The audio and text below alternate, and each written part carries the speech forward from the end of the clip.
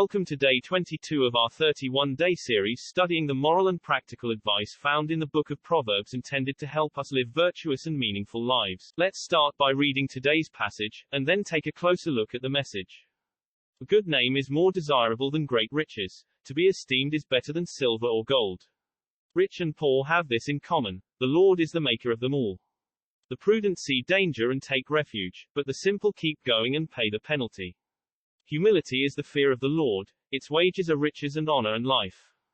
In the paths of the wicked are snares and pitfalls, but those who would preserve their life stay far from them. Start children off on the way they should go, and even when they are old they will not turn from it. The rich rule over the poor, and the borrower is slave to the lender. Whoever sows injustice reaps calamity, and the rod they wield in fury will be broken. The generous will themselves be blessed, for they share their food with the poor. Drive out the mocker, and out goes strife, quarrels and insults are ended. One who loves a pure heart and who speaks with grace will have the king for a friend. The eyes of the Lord keep watch over knowledge, but he frustrates the words of the unfaithful. The sluggard says, "There's a lion outside. I'll be killed in the public square." The mouth of an adulterous woman is a deep pit. A man who is under the Lord's wrath falls into it. Folly is bound up in the heart of a child, but the rod of discipline will drive it far away. One who oppresses the poor to increase his wealth and one who gives gifts to the rich, both come to poverty.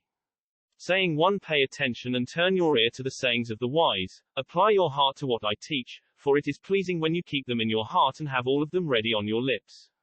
So that your trust may be in the Lord, I teach you today, even you. Have I not written 30 sayings for you, sayings of counsel and knowledge, teaching you to be honest and to speak the truth, so that you bring back truthful reports to those you serve? Saying 2, do not exploit the poor because they are poor, and do not crush the needy in court, for the Lord will take up their case and will exact life for life. Saying 3, do not make friends with a hot-tempered person, do not associate with one easily angered, or you may learn their ways and get yourself ensnared. Saying 4, do not be one who shakes hands in pledge or puts up security for debts. If you lack the means to pay, your very bed will be snatched from under you. Saying 5, do not move an ancient boundary stone set up by your ancestors. Saying 6, do you see someone skilled in their work? They will serve before kings. They will not serve before officials of low rank. Proverbs 22 is a chapter of the Bible that offers a wealth of wisdom and guidance for those who are seeking to live a godly life. In this chapter, we see several themes from previous chapters among the verses, along with an introduction to the 30 sayings of the wise, which will continue through Proverbs chapters 23 and 24.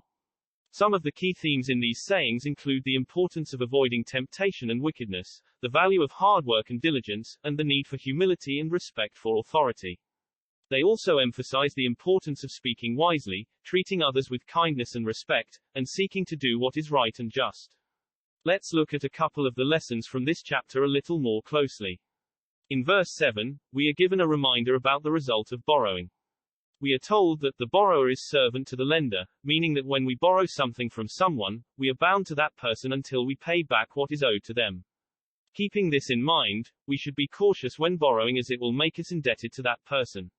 Essentially, we are enslaving ourselves to someone until the debt can be repaid. Another important principle that we can learn from Proverbs 22 is the importance of honesty in our motives and speaking gracefully when interacting with others.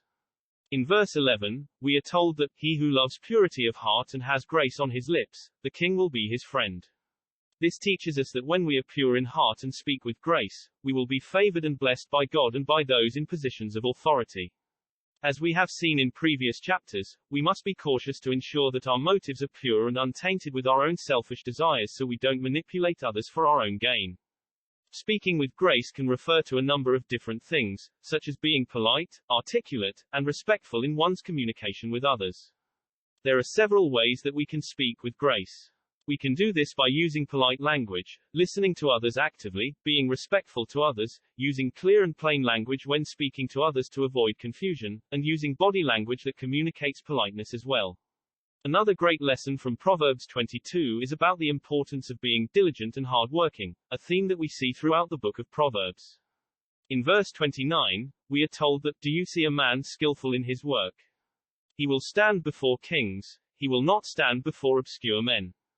This teaches us that hard work and diligence will be rewarded with success and recognition, and that we should strive to excel in whatever work we do. As we can see from our study in Proverbs 22 today, we are offered a wealth of wisdom and guidance in how to live a godly life in matters of finances, motives and speech, and our chosen skill sets. It is clear to see that God cares about so many aspects of our lives. We would be wise to learn from these proverbs and practice the lessons that we learn in our daily lives as they relate to us.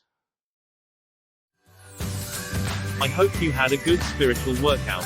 If you like this content, please consider liking and subscribing to our channel.